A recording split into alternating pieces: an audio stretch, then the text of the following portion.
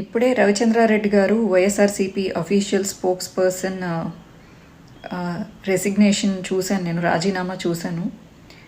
ఎందుకు చేశారు, అసలు మీ ప్రాబ్లమ్స్ ఏంటి, ఎందుకు అలా జరిగింది అని అడిగేంత అర్హత కానీ హక్కు కానీ లేకపోతే పార్టీలో నాకు స్థానం కానీ లేదు.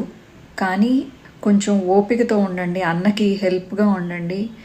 మా అందరికీ ఏ గుర్తింపు లేకపోయినా కానీ మేము వెనకాలండి ఉడతా సాయంగా చేయాల్సిందంతా చేస్తున్నాం. కానీ ఇప్పుడు ఎంతోమంది పార్టీని నమ్ముకుని ఎంతోమంది మళ్ళీ ధైర్యం కూడగట్టుకుని పార్టీకి సపోర్ట్ చేస్తున్నారు. ఇలాంటి టైంలో పార్టీని కొంతమంది వదిలి వెళ్ళిపోతుంటే మళ్ళీ వీళ్ళందరికీ ఒక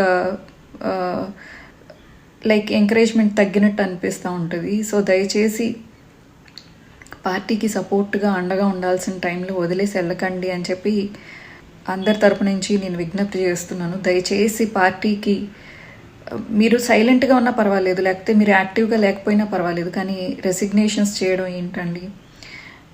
ఎస్పెషలీ రవిచంద్రారెడ్డి గారి స్పీచెస్ అంటే నేను చాలా ఇంట్రెస్ట్గా చూస్తాను. ఎప్పుడు వావ్ ఈ పాయింట్ ఎంత బాగుంది అని చెప్పేసి నేను అనుకుంటూ ఉంటాను. నేను మాట్లాడట్లేదు, నేను ఏమీ చేయలేని స్థితిలో ఉన్నాను, కానీ పార్టీ అంటే అభిమానం అయితే మాకుంది. సో దయచేసి యాక్టివ్గా లేకపోయినా పర్వాలేదు, కానీ రెసిగ్నేషన్స్ అయితే చేయకండి దయచేసి. జై వైఎస్ఆర్సీపీ, జై జగన్.